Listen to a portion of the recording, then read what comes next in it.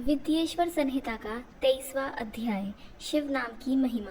ऋषि बोले, हे महाभाग सूत जी, आपको नमस्कार है।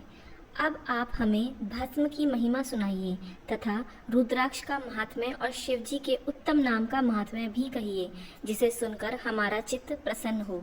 सूत जी बोले, हे ऋषियों, शिवजी का नाम, विभूति और रुद्राक्ष ये तीनों महापुण्य रूप त्रिवेणी फल के समान कहे गए हैं, और जो इन तीनों को नित्य अपने शरीर में धारण किए रहता है, उसके दर्शन से पाप दूर हो जाते हैं। जिसके मस्तक पर विभूति नहीं है और अंग में रुद्राक्ष नहीं है तथा जिसके मुख में शिव नाम नहीं है, उसे अधम के समान त्याग देना चाहिए। शिवजी का नाम गंगा, विभूति, यमुना तथा रुद्राक्ष पाप नाशिनी सरस्वती हैं, और जिसके शरीर में ये तीनों हैं, ऐसे भक्त के दर्शन से त्रिवेणी के स्नान के समान फल प्राप्त होता है। हे शौनक, जितने भी पाप मूलक अनेक प्रकार के दुख हैं, वे केवल एक शिवजी के ही नाम से नष्ट होते हैं, अन्य किसी से नहीं होते। वही वैदिक, वही पुण्यात्मा, वही पंडित और वही धन्य है जो मनुष्य इस पृथ्वी पर शिवजी का नाम जप में आसक्त रहता है। हे मुनि, जिनको शिवजी का नाम जप में विश्वास होता है, वे दिन रात उसी में लगे रहते हैं, क्योंकि शिव नाम से जितने पातक नष्ट होते हैं, संसार में मनुष्य उतने पाप नहीं कर सकता।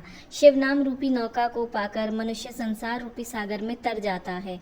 ब्रह्म हत्या आदि अनंत पापों की राशि शिव नाम के लेते ही शीघ्र नष्ट हो जाती है।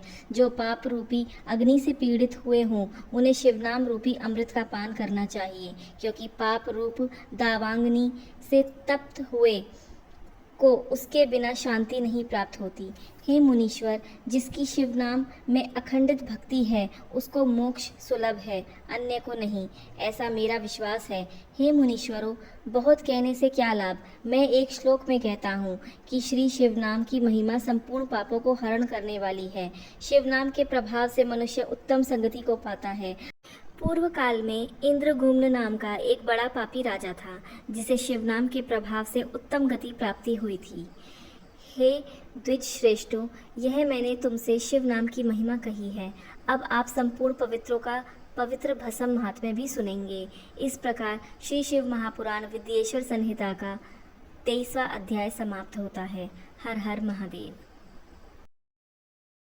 प्रभु शिव की और कथाएं सुनने के लिए हमारे चैनल भगवान का अंतर्ध्यान से जुड़ें।